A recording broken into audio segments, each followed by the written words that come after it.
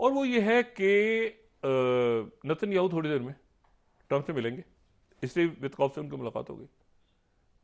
Netanyahu मिलेंगे Trump से मिलने के बाद खाना खाएंगे। खाने के बाद सबसे इंटरेस्टिंग बात यह कि दोनों मुश्तरका प्रेस कॉन्फ्रेंस करेंगे। अब नेतन्याहू और ट्रंप एक साथ प्रेस कॉन्फ्रेंस करेंगे और सवाल क्या होंगे। अब यहां पर जो है, अच्छा, हमास का डेलीगेशन जो है वो कतर पहुंच गया और मोसाद का भी पहुंच गया और फेज 2 शुरू हो गया।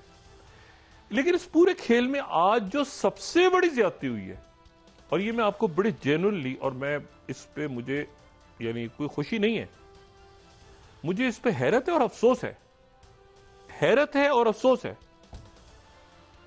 और वो इंडिया के साथ हुआ है। और मैं बिल्कुल जिस चीज को कई सालों से मैं बात कह भी रहा था इस प्रोग्राम में, और मैं इसको हर अपने उस नुक्ते पे जहां पर गलत होती है, हम गलत बात कर जाते हैं, उसको सेट भी करते हैं, लेकिन जहां पे एनालिसिस ठीक होता है, जो इंडिया के साथ आज हुआ है, मेरा नहीं ख्याल कि शायद ही कभी तारीख में दुनिया के किसी मुल्क में ने जो है, इंक्लूडिंग पाकिस्तान, वो किया हो जो आज इंडिया के साथ जंगों के दौरान में ऐसा नहीं हुआ। और वकवाल ने उसके बाद बात कर जी। नाज़रीन वापस आते हैं छोटे से ब्रेक के बाद।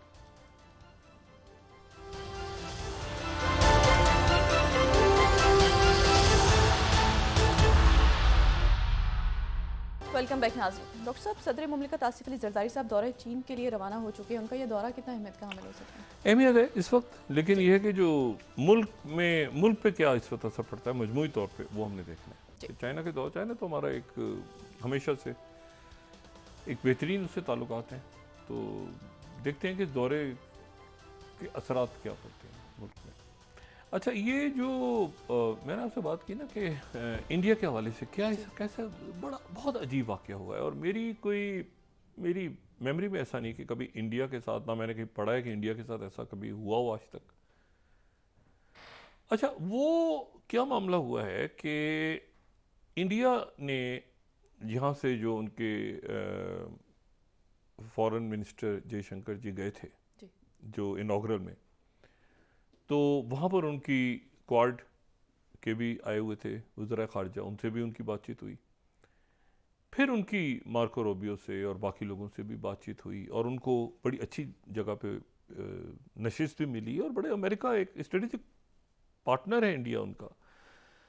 तो आप अपने स्ट्रेटेजिक पार्टनर को और चाइना के अगेंस्ट, यह जाहिर है कि यहाँ पे इंडिया को एक पूरा रोल दिया। अच्छा, इंडिया के ये जब चल रहा था ना H1B वीज़ा और इमिग्रेंट्स और ये सारा, तो मेरा उसके ऊपर एक स्टांस था हमेशा, जो एक रवायती, ये नहीं होता है ना कि इस्लामाबाद में बैठ के मैं गुफ्तगू कर रहा हूँ तो मैं रवायती एक सरकारी स्टांस लूँ, उससे हट के मेरा अपने ज़ाती बिल्कुल मेरा ये हमेशा स्टांस रहा है कि इंडिया में बहुत अच्छे लोग जो है वो ऐसे हैं जो टेक्नोलॉजी में बहुत आगे गए हैं, और बड़े अच्छी जगहों पे अमेरिकन जो आपकी जो ये बिग टेक कंपनीज हैं उनमें वो काम भी कर रहे हैं। थोड़ा सा मेरा उसमें बायस भी है, उसकी वजह ये कि पिछले चंद सालों में मुझे डेटा और मैथमेटिक्स जो है वो समझना था, तो मेरे जो मुझे एक इंडिया के एक प्रोफेसर जो हैं उन्होंने स्पेसिफिकली मुझे जो है ऑनलाइन ये सारा समझाया बहुत सादा अल्फाज में, देसी स्टाइल में, जो मेरे लिए समझना ज़रा आसान था, और काफ़ी मैं उनसे मुतासिर भी हुआ और मुझे ये समझ आया। और उसके अलावा भी वैसे भी उनके बटे अब उनका एक स्ट्रेटेजिक पार्टनर है, उनके साथ सारे मामलात हैं।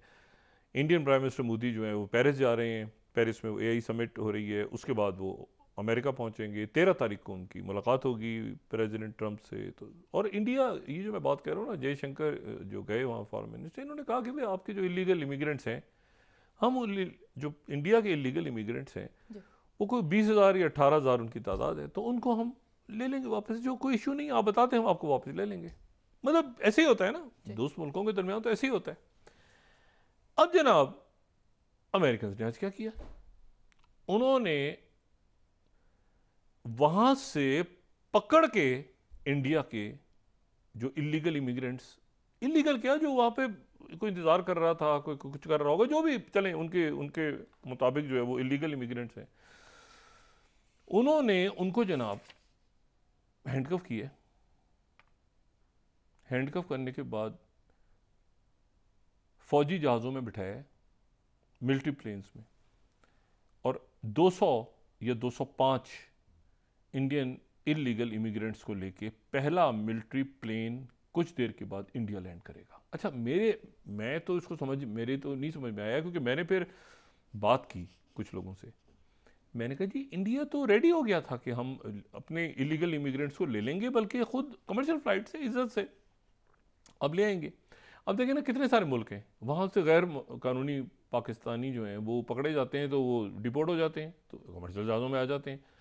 अब हम भी ये तवक्को करते हैं कि अमेरिका में अगर इलीगल होगा तो वो भी जहाज़ में बिठा देंगे और पाकिस्तान की एम्बेसी कहेगी कि भाई हम भेज देते हैं वापस। ऐसे ये जो फौजी जहाज़ों वाला काम हुआ है, ये वो कोलंबिया में हुआ था, ये इंडिया में हुआ है। अच्छा, कोलंबिया के तो प्रेसिडेंट ने कह दिया था ना कि हम यहाँ नहीं उतरने देंगे। इन्होंने कहा था उतारो ये जहाज़, उसके बाद वो मान गए थे। लेकिन अब इंडिया की पोजीशन, इंडिया में और कोलंबिया में बड़ा फ़र्क है, बहुत फ़र्क है। अब जनाब इंडियन एक्सप्रेस, मतलब मैं तो इसको पढ़ के और मतलब मुझे तो समझ ही नहीं आया कि ये अब प्राइम मिनिस्टर मोदी के इन्होंने जाना है तो वो अच्छा, ये इस दौरान जहाज़ चल रहे होंगे, 18-20 हज़ार बंदे डिपोर्ट करने, तो इस दौरान मोदी साहब वहाँ पहुँचे होंगे, वाशिंगटन DC खाना खा रहे होंगे, तो वहाँ से जहाज़ उड़ के आ रहे होंगे। ये कैसे? Indian express 34th। अच्छा, अब इसको जितना देखें, यहाँ से हमारे मछेरे उधर चले जाते हैं, उनके मछेरे इधर आ जाते हैं, कभी कोई कैदी होते हैं, कोई लोग आ जाते हैं, तो ऐसे इस तरह नहीं होता। अब Indian migrant sent back from US, why Trump is using expensive military planes for deportation. अच्छा जी, Hindu 35th, US deports migrants to Indian military plane. ओ भाई, military plane? Official speaking on condition anonymity said that C-17 aircraft had departed for India with migrants abroad but would not arrive for at least 24 घंटे। भाई कितनी दूर है वो जहाज़? तो मिलिट्री प्लेन को कहाँ से उनको लेकर आ रहे हो? वो गरीब गुरबा लोग होते हैं या उनमें अच्छे भी होते हैं सफ़ेद, तो उनको आप लेकर आ रहे हो। आप उनको खामोशी से एक तरीके से आप उनको बिठाओ, एम्बेसी से कॉन्टैक्ट करें, आप एम्बेसी से कह देंगे, वो एम्बेसी उनके पैसे दे देगी। इसको तो ये तो और स्ट्रेटेजिक पार्टनर, और उसमें जो प्राइम मिनिस्टर मोदी ने जाना है।